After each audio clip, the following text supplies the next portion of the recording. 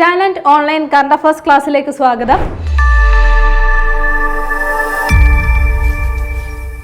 ഇന്ന് നമ്മൾ ചർച്ച ചെയ്യുന്നത് ജനുവരി 30-ാം തീയതിയിലെ ആനുകാലിക വിഷയങ്ങളാണ്. വരൂ ക്ലാസ്സിലേക്ക് കിടക്കാം.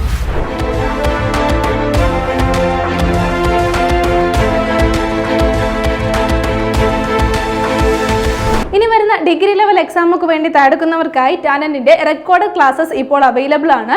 അപ്പോൾ ഈ ഒരു ഒറ്റ കോഴ്സിലൂടെ നിങ്ങൾക്ക് ഇനി വരുന്ന university assistant, company board, corporation assistant, excise inspector, sub inspector of police, SBCID, administrative tribunal assistant, assistant jailer, assistant in national savings, junior assistant തുടങ്ങിയ കോഴ്സുകളുടെയൊക്കെ ആ ഒരു എക്സാമുകൾക്കെല്ലാം എന്താണ് പ്രിപ്പയർ ചെയ്യാൻ കഴിയുന്നതാണ്. ഇനി 400-ലധികം മണിക്കൂറുകൾ വരുന്ന ക്ലാസ് ആണ്, എക്സ്പെർട്ട് ഫാക്കൽറ്റീസിന്റെ ക്ലാസ് ആണ് നിങ്ങൾക്ക് ലഭ്യമാവുന്നത്. മോഡൽ എക്സാമും ടോപ്പിക് വൈസ് എക്സാമും റിവിഷൻ എക്സാമും എല്ലാം ഇതിൽ ഇൻക്ലൂഡഡ് ആണ്. SCRT, ന്യൂ SCRTയും അതേപോലെ ഓൾഡ് SCRTയും ഇതിൽ ഇൻക്ലൂഡ് ചെയ്തിട്ടുണ്ട്. ഇനി ഇതിന്റെ എല്ലാം കോംപ്രഹെൻസീവ് സ്റ്റഡി മെറ്റീരിയൽസ് കിട്ടുന്നതാണ്. മുൻവർഷ ചോദ്യങ്ങളും അവയുടെ എക്സ്പ്ലനേഷനും ഒക്കെ ഈ ഒരു ഒറ്റ കോഴ്സിലൂടെ നിങ്ങൾക്ക് ലഭ്യമാവുന്നതാണ്. ഈ കോഴ്സിന്റെ പ്രൈസ് വരുന്നത് 4,999 രൂപയാണ്. ഇപ്പോൾ നിങ്ങൾക്ക് 2,499 രൂപയ്ക്ക് പർച്ചേസ് ചെയ്യാൻ കഴിയുന്നതാണ്. അപ്പോൾ ഈ ഒരു കോഴ്സുമായി ബന്ധപ്പെട്ട കൂടുതൽ വിവരങ്ങൾക്ക് സ്ക്രീനിൽ കാണുന്ന നമ്പറുമായി ബന്ധപ്പെടുകയോ താഴെ തന്നിരിക്കുന്ന ഗൂഗിൾ ഫോം ഫില്ല് ചെയ്യുക. അതേപോലെ 10th ലെവൽ എക്സാമുകൾക്ക് വേണ്ടി പ്രിപ്പയർ ചെയ്യുന്നവർക്കായി ടാലന്റ് അക്കാദമി മറ്റൊരു special 10th level record classes available ആക്കിയിട്ടുണ്ട്. ഈ ഒരു കോഴ്സിലൂടെ നിങ്ങൾക്ക് LDC, Bevco LDC, village field assistant, മറ്റ് 10th ലെവൽ എക്സാമുകൾക്കെല്ലാം വേണ്ടി പ്രിപ്പയർ ചെയ്യാൻ കഴിയുന്നതാണ്. ഇതിൽ 200-ലധികം മണിക്കൂറുകൾ വരുന്ന ക്ലാസ്സുകളാണ് ഉൾപ്പെടുത്തിയിട്ടുള്ളത്. അതേപോലെ മോഡൽ എക്സാംസും റിവിഷൻ എക്സാംസും ടോപ്പിക് വൈസ് എക്സാംസും എല്ലാം ഇൻക്ലൂഡ് ചെയ്തിട്ടുണ്ട്. ഈ ഒരു കോഴ്സ് വരുന്നത് ടാലന്റിന്റെ ഈ ഒരു ഡിഗ്രി ലെവൽ ആയിക്കോട്ടെ 10th ലെവൽ ആയിക്കോട്ടെ, ഈ കോഴ്സുകൾ വരുന്നത് ലൈഫ് ടൈം വാലിഡിറ്റി ആയിട്ടാണ് വരുന്നത്. ഈ ഒരു കോഴ്സിന്റെ 10th ലെവൽ കോഴ്സിന്റെ പ്രൈസ് വരുന്നത് 2,999 രൂപയാണ്. നിങ്ങൾക്ക് 1,499 രൂപയ്ക്ക് ഇപ്പോൾ പർച്ചേസ് ചെയ്യാൻ കഴിയുന്നതാണ്. പർച്ചേസ് ചെയ്യുന്നതിന് വേണ്ടിയിട്ട് താഴെ തന്നിരിക്കുന്ന ഗൂഗിൾ ഫോം ഫില്ല് ചെയ്യുകയോ സ്ക്രീനിൽ കാണുന്ന നമ്പറിൽ ബന്ധപ്പെടുകയോ ചെയ്യുക. ഇന്ന് ആദ്യം നമ്മൾ നോക്കുന്നത് ഒരു അവാർഡാണ്. 2025-ലെ Mathrubhumi book of the year പുരസ്കാരം നേടിയത് ആരെന്ന് ഓർത്തു വെക്കാം. അരുന്ധതി റോയ് ആണ്. ആർക്കാണ് ഈ ഒരു പുരസ്കാരം ലഭിച്ചത്? അരുന്ധതി റോയ്ക്കാണ് ഈ ഒരു പുരസ്കാരം ലഭിച്ചിരിക്കുന്നത്. എന്താണ് 2025-ലെ Mathrubhumi book of the year പുരസ്കാരമാണ് ലഭിച്ചിരിക്കുന്നത്. ഇനി ഈ ഒരു പുരസ്കാരം നേടിക്കൊടുത്ത അരുന്ധതി റോയ്ക്ക് നേടിക്കൊടുത്ത രചന ഏതാണെന്ന് കൂടി നമുക്ക് ഓർത്തു വെക്കാം. നമ്മളെല്ലാവരും പഠിച്ചിട്ടുള്ളതാണ്. Mother Mary comes to me. എന്താണ് Mother Mary comes to me എന്നുള്ള രചനയിലൂടെയാണ് അരുന്ധതി റോയ്ക്ക് ഈ ഒരു പുരസ്കാരം ലഭിച്ചിരിക്കുന്നത്. ഇനി പുരസ്കാരത്തിന്റെ സമ്മാന തുക എത്രയാണ്? 2 ലക്ഷം രൂപയാണ്. എത്രയാണ്? 2 ലക്ഷം രൂപയാണ് ഈ ഒരു പുരസ്കാരത്തിന്റെ സമ്മാന തുക വരുന്നത്.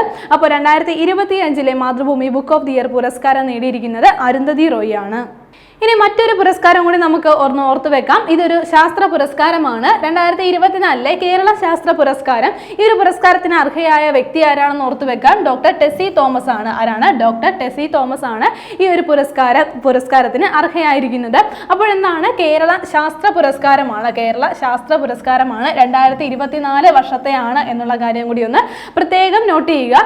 അപ്പോൾ ഈ ഒരു പുരസ്കാരത്തിന് അർഹയായത് ആരാണെന്ന് പറഞ്ഞു? ഡോക്ടർ ടെസ്സി തോമസ് ആണ് എന്നുള്ള കാര്യം നമ്മൾ പറഞ്ഞു. അപ്പോൾ നേരത്തെ പറഞ്ഞതുപോലെ തന്നെ എന്താണ് ശാസ്ത്ര മേഖലയിലെ പുരോഗതിക്ക് അല്ലെങ്കിൽ എന്താണ് വികസനത്തിന് വേണ്ടിയിട്ട് പ്രവർത്തിക്കുന്ന സമഗ്ര സംഭാവനകളെ അടിസ്ഥാനമാക്കിയിട്ടാണ് ഈ ഒരു പുരസ്കാരം നൽകുന്നത്.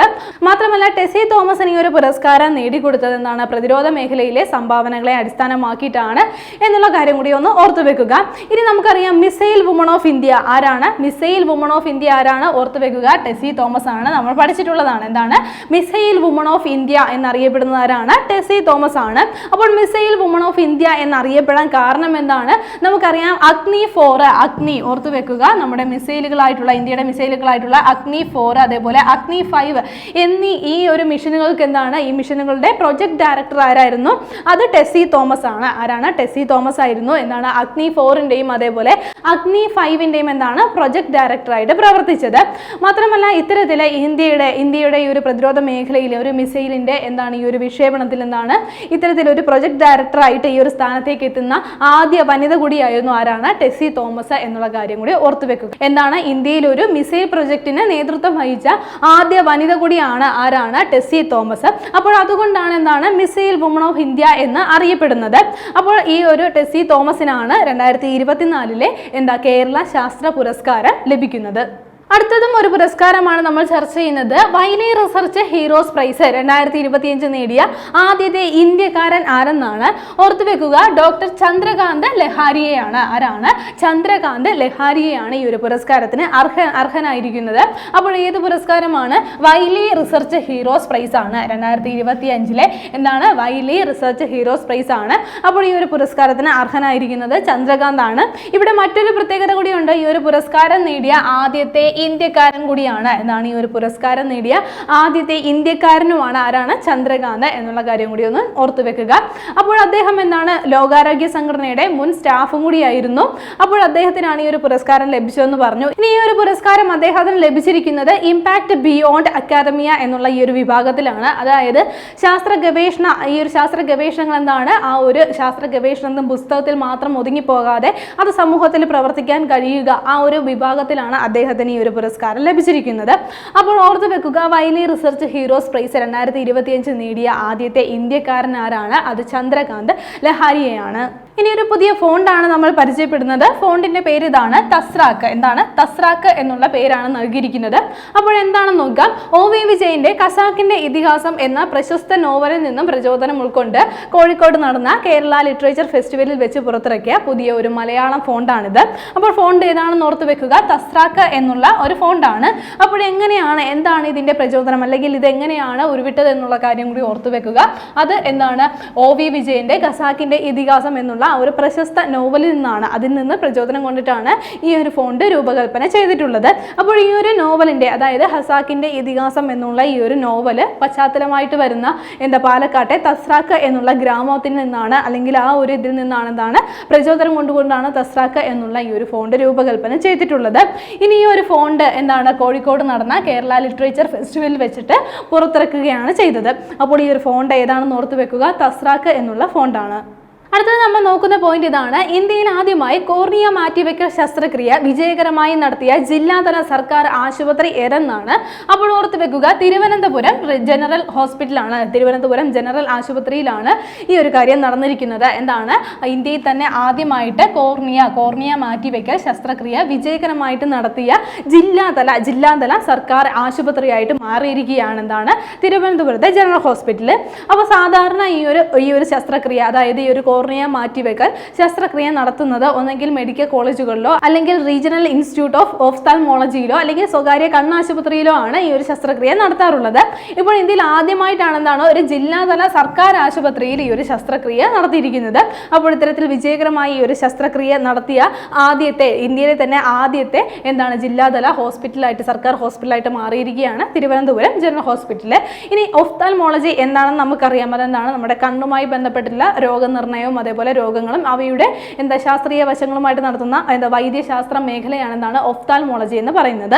അപ്പോൾ ഓർത്തു വെക്കുക, നമ്മുടെ ഇന്ത്യയിൽ ആദ്യമായിട്ട് ഈ ഒരു കോർണിയ മാറ്റിവെക്കൽ ശസ്ത്രക്രിയ സക്സസ്ഫുൾ ആയിട്ട് നടത്തിയ ജില്ലാതല സർക്കാർ ആശുപത്രി ഏതാണ്? അത് തിരുവനന്തപുരം ജനറൽ ഹോസ്പിറ്റലാണ്. ഇനി നമ്മൾ നോക്കുന്ന പോയിന്റ് ഇതാണ്. സമഗ്ര നഗര നയം, അതായത് കോംപ്രഹെൻസീവ് അർബൻ പോളിസി രൂപീകരിക്കുന്ന ഇന്ത്യയിലെ ആദ്യത്തെ സംസ്ഥാനമാവുന്നത് ഏത് സംസ്ഥാനമെന്നാണ്. ഓർത്തുവെക്കാം, കേരളമാണ് എന്താണ് സമഗ്ര നഗര നയം കൊണ്ടുവരാൻ പോകുന്നത്, രൂപീകരിക്കാനായിട്ട് ഒരുങ്ങുകയാണ്. അപ്പോൾ ഓർത്തുവെക്കുക, ഇത്തരത്തിലൊരു ഒരുക്കം അല്ലെങ്കിൽ ഇത്തരത്തിലൊരു നയം രൂപീകരിക്കാൻ പോകുന്ന ഇന്ത്യയിലെ തന്നെ ആദ്യത്തെ സംസ്ഥാനമാണ് കേരളം. അപ്പോൾ ഇത് കോംപ്രഹെൻസീവ് അർബൻ പോളിസിയാണ്. ഇത്തരത്തിലൊരു ഈ ഒരു കോംപ്രഹെൻസീവ് അർബൻ പോളിസി രൂപീകരിക്കുന്നതിന് വേണ്ടിയിട്ട്, ഈ ഒരു നയം രൂപീകരിക്കുന്നതിന് വേണ്ടിയിട്ട് തന്നെ ഒരു കമ്മീഷൻ രൂപീകരിച്ചിട്ടുണ്ട്. അപ്പോൾ ഈ ഒരു കമ്മീഷന്റെ അധ്യക്ഷൻ ആരാണെന്ന് കൂടി ഓർത്തു വെക്കുക, M സതീഷ് കുമാർ ആണ്. ആരാണ്? M സതീഷ് കുമാർ ആണ് എന്താണ് ഈ ഒരു കമ്മീഷന്റെ അധ്യക്ഷനായിട്ട് വരുന്നത്. അപ്പോൾ ഈ ഒരു സമഗ്ര നഗര നയം രൂപീകരിക്കുന്ന ഇന്ത്യയിലെ തന്നെ ആദ്യത്തെ സംസ്ഥാനമാവുകയാണ് കേരളം.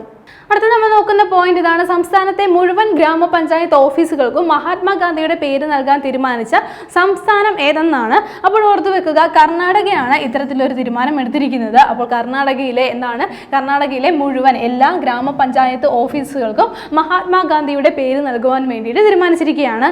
അപ്പോൾ ഇത്തരത്തിലൊരു തീരുമാനം എടുക്കുന്നത് ഒരു പ്രതിഷേധത്തിന്റെ ഭാഗമായിട്ട് കൂടിയാണ്. അപ്പോൾ നമുക്കറിയാം, മഹാത്മാഗാന്ധി ദേശീയ ഗ്രാമീണ തൊഴിലുറപ്പ് പദ്ധതി, അപ്പോൾ ഇത് മാറ്റിയിട്ട് കേന്ദ്ര സർക്കാർ പുതിയ ഒരു പദ്ധതി കൊണ്ടുവന്നിരുന്നു. അപ്പോൾ ഇതിനുള്ള പ്രതിഷേധമായിട്ടാണ് എല്ലാ ഗ്രാമപഞ്ചായത്ത് പഞ്ചായത്ത് ഓഫീസുകൾക്കും മഹാത്മാഗാന്ധിയുടെ പേര് നൽകുവാനായിട്ട് കർണാടക സംസ്ഥാനം തീരുമാനിച്ചിരിക്കുന്നത്. Viksit Bharat guarantee four Rozgar and Aajeevika mission എന്നുള്ള പുതിയ ഒരു പദ്ധതിയാണ് കേന്ദ്ര സർക്കാർ കൊണ്ടുവന്നത്. തൊഴിലുറപ്പ് പദ്ധതിക്ക് പകരമായിട്ട് മഹാത്മാഗാന്ധി തൊഴിലുറപ്പ് പദ്ധതിക്ക് പകരമായിട്ട് കൊണ്ടുവന്നത്. അപ്പോൾ അതുകൂടി ഒന്ന് ഓർത്തു വെക്കുക. അപ്പോൾ ഏത് സംസ്ഥാനമാണ് ഇത്തരത്തിലൊരു തീരുമാനം എടുത്തിരിക്കുന്നത്? കർണാടക സംസ്ഥാനമാണ്. ഇനി ഒരു സിനിമയുമായി ബന്ധപ്പെട്ട പോയിന്റ് ആണ് നമ്മൾ ചർച്ച ചെയ്യുന്നത്. സിനിമയുടെ പേര് ഇതാണ്, ബൂങ്. എന്താണ്? ബൂങ് എന്നുള്ള ചിത്രമാണ്. അപ്പോൾ എന്താണ് പ്രത്യേകത നോക്കാം. 79ാമത് ബഫ്ത പുരസ്കാരത്തിൽ best children's and family film വിഭാഗത്തിൽ നാമനിർദ്ദേശം ചെയ്യപ്പെട്ട മണിപ്പൂരി ചിത്രമാണിത്. എന്താണ്? ഒരു മണിപ്പൂരി ചിത്രമാണ്. എന്താണ്? ബൂങ് എന്നുള്ള ഒരു ചിത്രമാണ്. അപ്പോൾ പ്രത്യേകത എന്താണെന്ന് പറഞ്ഞു. ഇനി എന്താണ്? 2026 വരുന്ന 79ാമത് ബഫ്ത അവാർഡ്. അപ്പോൾ ഇതൊരു ഫിലിം അവാർഡാണ്. അപ്പോൾ ഈ ഒരു പുരസ്കാരത്തിൽ best children's and family film വിഭാഗത്തിൽ എന്താണ് നോമിനേഷൻ ചെയ്യപ്പെട്ടിരിക്കുകയാണ്. ഏതാണ്? ബൂങ് എന്നുള്ള ഈ ഒരു ചിത്രം. ഇനി ഈ ഒരു സിനിമ സംവിധാനം ചെയ്തത് ആരാണെന്നും കൂടി ഓർത്തു വെക്കുക. ലക്ഷ്മിപ്രിയ ദേവിയാണ് ഈ ഒരു സിനിമ സംവിധാനം ചെയ്തത്. ആരാണെന്ന് ഓർത്തു വെക്കുക. ലക്ഷ്മിപ്രിയ ദേവിയാണ് ഈ ഒരു സിനിമ സംവിധാനം ചെയ്തത്. ഇനി പ്രശസ്ത ബോളിവുഡ് നടനും അതേപോലെ തന്നെ സംവിധായകനുമായിട്ടുള്ള ഫർഹാൻ അക്തർ, അദ്ദേഹമാണ് ഈ ഒരു സിനിമ നിർമ്മിച്ചിട്ടുള്ളത്. ഇനി മറ്റൊരു പ്രത്യേകത കൂടിയുണ്ട്. 79ാമത് ബഫ്ത പുരസ്കാരത്തിന് വേണ്ടിയിട്ട് നോമിനേറ്റ് ചെയ്യപ്പെട്ട ഒരേ ഒരു ഇന്ത്യൻ ചിത്രവും കൂടിയാണ് എന്താണ്? ബൂങ് എന്നുള്ള കാര്യം കൂടി നോട്ട് ചെയ്യുക. എന്താണ്? ഈ ഒരു അവാർഡിന് വേണ്ടിയിട്ട് നോമിനേഷൻ ചെയ്യപ്പെട്ട ഇന്ത്യയിൽ നിന്നുള്ള ഒരേ ഒരു ചിത്രമാണ്. അപ്പോൾ ഇതൊരു മണിപ്പൂരി ചിത്രമാണ് എന്നുള്ള കാര്യം കൂടി ഒന്ന് പ്രത്യേകം നോട്ട് ചെയ്യുക. അടുത്ത നമ്മൾ നോക്കുന്ന പോയിന്റ് ഇതാണ്. ഇന്ത്യയിൽ ആദ്യമായി സർക്കാർ അധീനതയിൽ മെനോപോസ് അതായത് ആർത്തവ വിരാമം ക്ലിനിക്കുകൾ ആരംഭിച്ച സംസ്ഥാനം ഏതെന്നാണ്? ഓർത്തുവെക്കുക. മഹാരാഷ്ട്രയാണ് ഇത്തരത്തിലൊരു സംവിധാനം ഇപ്പോൾ ആരംഭിച്ചിരിക്കുന്നത്. അപ്പോൾ ഇന്ത്യയിൽ തന്നെ ആദ്യമായിട്ടാണ് എന്താണ്? സർക്കാർ തലത്തിൽ എന്താണ് ഇത്തരത്തിലൊരു മെനോപോസ് അതായത് ആർത്തവ വിരാമം ക്ലിനിക്കുകൾ ആരംഭിക്കുന്നത്. അപ്പോൾ ഇത് എന്തിനു വേണ്ടിയിട്ടാണ് ആരംഭിക്കുന്നത്? അതായത് ഈ ഒരു ആർത്തവ വിരാമം മൂലമുണ്ടാകുന്ന ആരോഗ്യ പ്രശ്നങ്ങൾ അവയ്ക്ക് പരിഹാരം കാണുന്നതിനും അതിന് വേണ്ടിയിട്ട് സ്ത്രീകളെ ഹെൽപ്പ് ചെയ്യുന്നതിന് വേണ്ടിയിട്ടാണ് ഇത്തരത്തിൽ സർക്കാർ തലത്തിൽ തന്നെ ക്ലിനിക്കുകൾ ആരംഭിക്കുന്നത്. അപ്പോൾ ആദ്യമായിട്ട് ഇത്തരത്തിൽ ക്ലിനിക്കുകൾ ആരംഭിച്ചിരിക്കുന്ന സംസ്ഥാനം ഏതാണെന്ന് ഓർത്തു വെക്കുക. മഹാരാഷ്ട്രയാണ്. ഇനി നമ്മൾ നോക്കുന്ന പോയിന്റ് നമ്മുടെ 77ാമത് റിപ്പബ്ലിക് ദിന ആഘോഷത്തിന്റെ കൂടെ നമ്മൾ കഴിഞ്ഞ ക്ലാസ്സിൽ ചർച്ച ചെയ്ത പോയിന്റുകളുടെ കൂടെ ഇതുകൂടി ഒന്ന് ആഡ് ചെയ്ത് വെക്കണം. അപ്പോൾ 77ാമത് റിപ്പബ്ലിക് ദിന ആഘോഷത്തിലെ മികച്ച ടാബ്ലോ ആയി തിരഞ്ഞെടുക്കപ്പെട്ടത് ഏത് സംസ്ഥാനത്തിന്റെ ടാബ്ലോ എന്ന് നമ്മൾ ആദ്യം നോക്കുന്നത്. അപ്പോൾ മഹാരാഷ്ട്രയുടെയാണ്. എന്താണ്? മഹാരാഷ്ട്രയുടെ ടാബ്ലോയാണ് 77ാമത് റിപ്പബ്ലിക് ദിന ആഘോഷത്തിലെ ഏറ്റവും മികച്ച ടാബ്ലോ ആയിട്ട് തിരഞ്ഞെടുക്കപ്പെട്ടത്. അതായത് സംസ്ഥാന യൂണിയൻ ടെറിട്ടറികളുടെ കാര്യത്തിലാണ് പറയുന്നത്. അപ്പോൾ അതിൽ മികച്ചതായിട്ട് തിരഞ്ഞെടുക്കപ്പെട്ടത് മഹാരാഷ്ട്രയുടേതായിരുന്നു. അപ്പോൾ ഗണേശോത്സവമായിരുന്നു അവരുടെ ടാബ്ലോയുടെ തീമായിട്ട് വന്നത്. ഇനി ഇതിൽ രണ്ടാം സ്ഥാനത്തുള്ളത് ജമ്മു ആൻഡ് കാശ്മീർ ആണ്. എന്താണ്? രണ്ടാം സ്ഥാനത്തുള്ളത് ജമ്മു ആൻഡ് കാശ്മീർ ആണ്. അപ്പോൾ ജമ്മു ആൻഡ് കാശ്മീരിന്റെ ടാബ്ലോയുടെ തീമായിട്ട് വന്നത് അവിടെയുള്ള അതായത് ജമ്മു ആൻഡ് കാശ്മീരിലെ കരകൗശല വസ്തുക്കളുടെയും നാടോടി നൃത്തങ്ങളുമാണ് അവരുടെ തീമായിട്ട് വന്നത്. ഇനി ഇതിൽ മൂന്നാം സ്ഥാനത്തുള്ളത് കേരളമാണ്. വളരെ ഇമ്പോർട്ടന്റ് ആണ്. കേരളമാണ് എന്താണ് ഈ ഒരു ടാബ്ലോയിൽ മികച്ച ടാബ്ലോകളിൽ എന്താണ് മൂന്നാം സ്ഥാനത്ത് വന്നിരിക്കുന്നത്. ഇനി കേരളത്തിന്റെ തീം എന്താണെന്ന് നമ്മൾ ഓൾറെഡി പഠിച്ചു കഴിഞ്ഞതാണ്. 100% ഡിജിറ്റൽ സാക്ഷരത നേടിയതും അതേപോലെ തന്നെ കൊച്ചി മെട്രോയും ഒക്കെ എന്താണ് കേരളത്തിന്റെ തീമിൽ വന്നിട്ടുണ്ടായിരുന്നു. അപ്പോൾ കേരളത്തിന് എന്താണ് മൂന്നാം സ്ഥാനം ലഭിച്ചിരിക്കുകയാണ്. ഇനി കേന്ദ്ര മന്ത്രാലയങ്ങൾ കേന്ദ്ര വകുപ്പുകളിൽ നിന്ന് സാംസ്കാരിക മന്ത്രാലയത്തിന്റെ ടാബ്ലോ ആണ് മികച്ച ടാബ്ലോ ആയിട്ട് തിരഞ്ഞെടുക്കപ്പെട്ടത്. അവരുടെ തീം എന്ന് പറയുന്നത് വന്ദേ മാതരമായിരുന്നു. ഇനി അതേപോലെ തന്നെ നമ്മുടെ 3 സേനകളിൽ നിന്ന് നോക്കുകയാണെങ്കിൽ നാവികസേനയുടെ മാർച്ച് ആണ് എന്താണ് ഏറ്റവും മികച്ച മാർച്ചിങ് കണ്ടീജന്റ് ആയിട്ട് തിരഞ്ഞെടുക്കപ്പെട്ടത്. ഇനി കേന്ദ്ര സായുധ പോലീസ് സേനയുടെയും അതേപോലെ മറ്റ് സഹായ സേനകളുടെയും വിഭാഗത്തിൽ നിന്ന് ഏറ്റവും മികച്ചതായിട്ട് തിരഞ്ഞെടുക്കപ്പെട്ടത് ഡൽഹി പോലീസുമായിരുന്നു. അപ്പോൾ ഇത്രയും പോയിന്റുകൾ ഈ ഒരു 77ാമത് റിപ്പബ്ലിക് ദിന ആഘോഷത്തിന്റെ കൂടെ ഒന്ന് നമ്മൾ പഠിച്ചു വെക്കണം. അതിൽ മികച്ച ടാബ്ലോ വളരെ ഇമ്പോർട്ടന്റ് ആണ്. അതേപോലെ കേരളത്തിന്റെ പൊസിഷനും വളരെ ഇമ്പോർട്ടന്റ് ആണ്. ഇനി നമ്മൾ നോക്കുന്നത് ചൈനയിൽ അടുത്തിടെ പുറത്തിറങ്ങിയ അല്ലെങ്കിൽ ട്രെൻഡായി മാറിയ ഒരു ആപ്പുമായി ബന്ധപ്പെട്ട പോയിന്റ് ആണ്. ആപ്പിന്റെ പേര് ഇതാണ്, ആർ യു ഡെഡ്. എന്താണ്? ആർ യു ഡെഡ് എന്നാണ് ആപ്പിന്റെ പേര്. ഈ ഒരു പേര് സൂചിപ്പിക്കുന്നത് പോലെ തന്നെ നിങ്ങൾ ജീവിച്ചിരിപ്പുണ്ടോ ഇല്ലയോ എന്നുള്ളത് അറിയുവാൻ വേണ്ടിയിട്ടാണ് ഈ ഒരു ആപ്പ് പുറത്തിറക്കിയിരിക്കുന്നത്. അതായത് ഒറ്റയ്ക്ക് താമസിക്കുന്നവരെ ലക്ഷ്യം വെച്ചുകൊണ്ടാണ് ചൈന ഈ ഒരു ആപ്പ് പുറത്തിറക്കിയത്. ഒറ്റയ്ക്ക് താമസിക്കുന്നവർ ആണ് ഈ ഒരു ആപ്പിന്റെ ഉപഭോക്താക്കളായിട്ടുള്ളത്. അപ്പോൾ ഇവരെന്താണ് ഈ ഒരു ആപ്പിൽ ലോഗിൻ ചെയ്യുകയും താങ്കളുടെ എന്താണ് ജീവിച്ചിരിപ്പുണ്ടോ അല്ലെങ്കിൽ മറ്റു വിശേഷങ്ങൾ അറിയിക്കുകയും ചെയ്യണം. അതുവഴി എന്താണ് ലോകത്തിന് മനസ്സിലാക്കും ഇങ്ങനെ ഒരാൾ ജീവിച്ചിരിപ്പുണ്ട് എന്നുള്ള കാര്യം മനസ്സിലാകും. ഇനി ഈ ഒരു ആപ്പിൽ കണ്ടിന്യൂസ് ആയിട്ട് ഉപയോഗിക്കാതിരിക്കുകയോ ലോഗിൻ ചെയ്യാതിരിക്കുകയോ പോസ്റ്റ് ചെയ്യാതിരിക്കുകയോ ചെയ്യുകയാണെങ്കിൽ എന്താണ് അവിടെ എമർജൻസി കോൺടാക്റ്റിലേക്ക് അദ്ദേഹത്തിന്റെ അല്ലെങ്കിൽ ആ ഒരു ഉപഭോക്താവിന്റെ എമർജൻസി കോൺടാക്റ്റിലേക്ക് ഈ ഒരു വിവരം അറിയിക്കുന്നതായിരിക്കും. ഇനി ആ ആൾക്ക് എന്തെങ്കിലും പറ്റിയിട്ടുണ്ടോ, സംഭവിച്ചിട്ടുണ്ടോ, ആൾ ജീവിച്ചിരിക്കുന്നുണ്ടോ, മരണപ്പെട്ടോ എന്നുള്ള കാര്യം എന്താണ് അന്വേഷിക്കുന്നതിന് വേണ്ടിയിട്ട് എമർജൻസി കോൺടാക്റ്റിലേക്ക് ഒരു മെസ്സേജ് നിർദ്ദേശം പോകുന്നതായിരിക്കും. അപ്പോൾ ഇതിന് വേണ്ടിയിട്ട് രൂപീകരിച്ചിട്ടുള്ളതാണ് എന്താണ് ആർ യു ഡെഡ് എന്നുള്ള ഈ ഒരു ആപ്പ്. അപ്പോൾ ഈ ഇത്തരത്തിലൊരു ആപ്പ് പുറത്തിറക്കിയത് ചൈനയാണ്. അടുത്ത നമ്മൾ നോക്കുന്ന പോയിന്റ് ഇതാണ്, അഫ്ഗാനിസ്ഥാനിൽ അടിമത്തം നിയമവിധേയമാക്കി താലിബാൻ. അതായത് നമുക്കറിയാം താലിബാനാണ് ഇപ്പോൾ എന്താണ് അഫ്ഗാനിസ്ഥാൻ കീഴടക്കി വെച്ചിരിക്കുന്നത്. അവിടെ എന്താണ് അടിമത്തം നിയമവിധേയമാക്കിക്കൊണ്ടുള്ള നിയമവിധേയമാക്കി അതേപോലെ മറ്റ് പ്രാകൃത വ്യവസ്ഥകളും ഒക്കെ ഉൾപ്പെടുത്തിയിട്ട് ഒരു നിയമം പാസ്സാക്കിയിരിക്കുകയാണ്. ആരാണ്? താലിബാൻ എന്നുള്ള കാര്യം ഒന്ന് നോട്ട് ചെയ്യുക. അപ്പോൾ ഈ ഒരു അടിമത്തം വരുന്നത് അവിടെയുള്ള ജനങ്ങളെ 4 കാറ്റഗറികളായിട്ട് തരംതിരിച്ചുകൊണ്ട് അതിലെന്താണ് ഓരോ കാറ്റഗറിക്കും അതറിയാം. ഒന്നാമത്തെ കാറ്റഗറി എന്ന് പറയുമ്പോൾ എപ്പോഴും എന്താണ് അതൊരു മേന്മയൊക്കെ അനുഭവിക്കുന്നവരായിരിക്കും. അത്തരത്തിൽ 1, 2, 3, 4 കാറ്റഗറികളൊക്കെ തരംതിരിച്ചുകൊണ്ട് ഇവിടെ എന്താണ് ഈ ഒരു അടിമത്തം നിയമവിധേയമാക്കിയിരിക്കുകയാണ്. അപ്പോൾ ഏറ്റവും താഴെക്കിടയുള്ളവർ എന്തായിരിക്കും? ഇതിന്റെ ദോഷഫലങ്ങളായിരിക്കും അനുഭവിക്കുന്നത്. അപ്പോൾ ഇത്തരത്തിൽ അഫ്ഗാനിസ്ഥാനിൽ ഈ ഒരു നിയമവിധേയമാക്കിയത് എന്താണ്? താലിബാനാണ് എന്നുള്ള കാര്യം ഒന്ന് നോട്ട് ചെയ്യുക. താലിബാന്റെ നേതാവായിട്ടുള്ള ഹിബത്തുള്ള അഖുൻസാദയാണ് ഈ ഒരു നിയമം പാസ്സാക്കിയിരിക്കുന്നത്. അപ്പോൾ എവിടെയാണെന്ന് ഓർത്ത് വെക്കുക, അഫ്ഗാനിസ്ഥാനിലാണ്. ഉടൻ വരുന്ന LGS എക്സാമിന് വേണ്ടി പ്രിപ്പയർ ചെയ്യുന്നവർക്കായി ടാലന്റ് അക്കാദമിയുടെ LGS റാങ്ക് ഫയൽ ഇപ്പോൾ വിപണിയിൽ ലഭ്യമാണ്. ഒറ്റ വോളിയത്തിലായിട്ടാണ് ഈ ഒരു റാങ്ക് ഫയൽ നിങ്ങൾക്ക് പ്രൊവൈഡ് ചെയ്യുന്നത്. മുൻവർഷ ചോദ്യങ്ങളും അതേപോലെ ന്യൂ SCRT പാഠഭാഗങ്ങളും ഇതിൽ ഇൻക്ലൂഡ് ചെയ്തിട്ടുണ്ട്. അപ്പോൾ ഈ എക്സാമിന് വേണ്ടി തയ്യാറെടുക്കുന്നവർ ഉടൻ തന്നെ ഈ ഒരു റാങ്ക് ഫയൽ സ്വന്തമാക്കുക. ഇന്ന് നമ്മൾ ചർച്ച ചെയ്ത പോയിന്റുകൾ ഒന്നുകൂടി നോക്കാം. ആദ്യം നമ്മൾ നോക്കിയത് അവാർഡുകളായിരുന്നു. 2025 Mathrubhumi book of the year പുരസ്കാരം നേടിയതാരാണ്? അരുന്ധതി റോയ് ആണ്. Mother Mary comes to me എന്നുള്ള രചനയിലൂടെയാണ് അരുന്ധതി റോയ്ക്ക് ഈ ഒരു പുരസ്കാരം ലഭിച്ചത്. അത് കഴിഞ്ഞ് നമ്മൾ നോക്കിയത് 2024 കേരള ശാസ്ത്ര പുരസ്കാരത്തിന് അർഹയായ പ്രമുഖ ശാസ്ത്രജ്ഞ ആരെന്നാണ്. അപ്പോൾ ഓർത്തു വെക്കുക, ഡോക്ടർ ടെസി തോമസ് ആണ് ഈ ഒരു പുരസ്കാരത്തിന് അർഹയായിരിക്കുന്നത്. അത് കഴിഞ്ഞ് നമ്മൾ നോക്കിയത് വൈലി റിസർച്ച് ഹീറോസ് പ്രൈസ് 2025 നേടിയ ആദ്യത്തെ ഇന്ത്യക്കാരൻ ആരെന്നാണ്. അപ്പോൾ ഡോക്ടർ ചന്ദ്രകാന്ത ലഹാരിയെയാണ് ഈ ഒരു പുരസ്കാരം നേടിയിരിക്കുന്ന ആദ്യത്തെ ഇന്ത്യക്കാരൻ എന്നുള്ള കാര്യം ഒന്ന് നോട്ട് ചെയ്യുക. അത് കഴിഞ്ഞ് നമ്മൾ നോക്കിയത് പുതിയ ഒരു ഫോണ്ട് ആയിരുന്നു. എന്താണ് ഫോണ്ട്? തസ്രാക്ക് എന്നുള്ള ഒരു ഫോണ്ടാണ്. OV വിജയന്റെ ഖസാക്കിന്റെ ഇതിഹാസം പ്രചോദനം, ആ ഒരു നോവലിൽ നിന്ന് പ്രചോദനം ഉൾക്കൊണ്ടുകൊണ്ടാണ് ഈ ഒരു ഫോണ്ട് പുറത്തിറക്കിയിരിക്കുന്നത്. കോഴിക്കോട്ട് നടന്ന കേരള ലിറ്ററേച്ചർ ഫെസ്റ്റിവലിൽ വെച്ചിട്ടാണ് ഈ ഒരു ഫോണ്ട് പുറത്തിറക്കിയത്. അതിനുശേഷം നമ്മൾ നോക്കിയത് ഇന്ത്യയിൽ ആദ്യമായി കോർണിയ മാറ്റിവെക്കൽ ശസ്ത്രക്രിയ വിജയകരമായി നടത്തിയ ജില്ലാതല സർക്കാർ ആശുപത്രി ഏതെന്നാണ്. അപ്പോൾ തിരുവനന്തപുരം ജനറൽ ഹോസ്പിറ്റലാണ് ഇത്തരത്തിൽ ഈ ഒരു നേട്ടം കൈവരിച്ചിരിക്കുന്നത്. പിന്നീട് നമ്മൾ നോക്കിയ പോയിന്റ് ഇതായിരുന്നു, സമഗ്ര നഗര നയ രൂപീകരിക്കുന്ന ഇന്ത്യയിലെ തന്നെ ആദ്യത്തെ സംസ്ഥാനമാവുന്നത് ഏത് സംസ്ഥാനമെന്നാണ്? കേരളമാണ്. അപ്പോൾ ഇതിന് വേണ്ടിയിട്ട് ഒരു കമ്മീഷൻ രൂപീകരിച്ചിട്ടുണ്ട്. ആ ഒരു കമ്മീഷന്റെ, അതായത് ഈ ഒരു നയം രൂപീകരിക്കുന്നതിന് വേണ്ടിയിട്ടുള്ള കമ്മീഷന്റെ അധ്യക്ഷനാരാണ്? M സതീഷ് കുമാർ ആണ്. അത് കഴിഞ്ഞ് നമ്മൾ നോക്കിയ പോയിന്റ് ഇതായിരുന്നു, സംസ്ഥാനത്തെ മുഴുവൻ ഗ്രാമപഞ്ചായത്ത് ഓഫീസുകൾക്കും മഹാത്മാഗാന്ധിയുടെ പേര് നൽകാൻ തീരുമാനിച്ച സംസ്ഥാനം ഏതെന്നാണ്.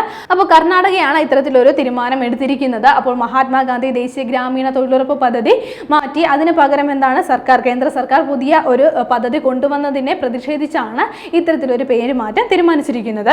പിന്നീട് നമ്മൾ ഒരു ഫിലിമുമായി ബന്ധപ്പെട്ട പോയിന്റാണ് നമ്മൾ ചർച്ച ചെയ്തത്. 79ാമത് ബഫ്ത പുരസ്കാരത്തിൽ ബെസ്റ്റ് ചിൽഡ്രൻസ് ആൻഡ് ഫാമിലി വിഭാഗത്തിൽ നാമനിർദ്ദേശം ചെയ്യപ്പെട്ട മണിപ്പൂരി ചിത്രം ഏതെന്നാണ്. അപ്പോൾ ഓർത്തു വെക്കുക, ബൂങ് എന്നുള്ള ചിത്രമാണ്. ഈ ഒരു സിനിമ സംവിധാനം ചെയ്തതാരാണ്? ലക്ഷ്മിപ്രിയ ദേവിയാണ്. അപ്പോൾ ഇതൊരു മണിപ്പൂരി ചിത്രമാണ്. മാത്രമല്ല 79ാമത് ബഫ്ത പുരസ്കാരത്തിന് വേണ്ടിയിട്ട് നാമനിർദ്ദേശം ചെയ്യപ്പെട്ടിരിക്കുന്ന ഇന്ത്യയിൽ നിന്നുള്ള ഒരേ ഒരു ചിത്രം കൂടിയാണിത്. അത് കഴിഞ്ഞിട്ട് നമ്മൾ നോക്കിയത് ഇന്ത്യയിൽ ആദ്യമായി സർക്കാർ അധീനതയിൽ മെനോപോസ് ക്ലിനിക്കുകൾ ആരംഭിച്ച സംസ്ഥാനം ഏതെന്നാണ്? മഹാരാഷ്ട്രയാണ്. അപ്പോൾ ആർത്തവ വിരാമത്തെ തുടർന്നുണ്ടാകുന്ന ആരോഗ്യ പ്രശ്നങ്ങൾ പരിഹരിക്കുന്നതിന് വേണ്ടിയിട്ടാണ് ഇത്തരത്തിലൊരു ക്ലിനിക്കുകൾ സർക്കാർ തലത്തിൽ ആരംഭിക്കുന്നത്. അപ്പോൾ ഏത് സംസ്ഥാനത്താണ് ആദ്യമായി ഇന്ത്യയിൽ ആരംഭിച്ചത്? മഹാരാഷ്ട്രയിലാണ്. അത് കഴിഞ്ഞ് നമ്മൾ നോക്കിയത് 77ാമത് റിപ്പബ്ലിക് ദിന ആഘോഷത്തിലെ മികച്ച ടാബ്ലോ ആയി തിരഞ്ഞെടുക്കപ്പെട്ടത് ഏത് സംസ്ഥാനത്തിന്റെ ടാബ്ലോ എന്നാണ്? മഹാരാഷ്ട്രയുടെയാണ്. 2ാം സ്ഥാനത്ത് വന്നത് ജമ്മു കാശ്മീർ ആണ്. 3ാം സ്ഥാനത്ത് കേരളമാണ്. അപ്പോൾ ഇവയുടെ തീമുകളെല്ലാം നമ്മൾ പഠിച്ചിട്ടുണ്ടായിരുന്നു. ആ എല്ലാ പോയിന്റുകളും നല്ലതുപോലെ പഠിക്കുക. ഓക്കെ. അത് കഴിഞ്ഞ് നമ്മൾ നോക്കിയത് ഒറ്റയ്ക്ക് താമസിക്കുന്നവരെ ലക്ഷ്യം വെച്ചുകൊണ്ട് അടുത്തിടെ ചൈന പുറത്തിറക്കിയ ആപ്പ് ഏതെന്നാണ്? ആർ യു ഡെഡ് എന്നുള്ള ഒരു ആപ്പാണ് പുറത്തിറക്കിയത്. അപ്പോൾ അവരെന്താണ് ജീവിച്ചിരിപ്പുണ്ടോ ഇല്ലയോ എന്നുള്ളത് പുറം ലോകത്തെ അറിയിക്കുവാൻ വേണ്ടിയിട്ടാണ് ഇത്തരത്തിലൊരു ആപ്പ് പുറത്തിറക്കിയത്.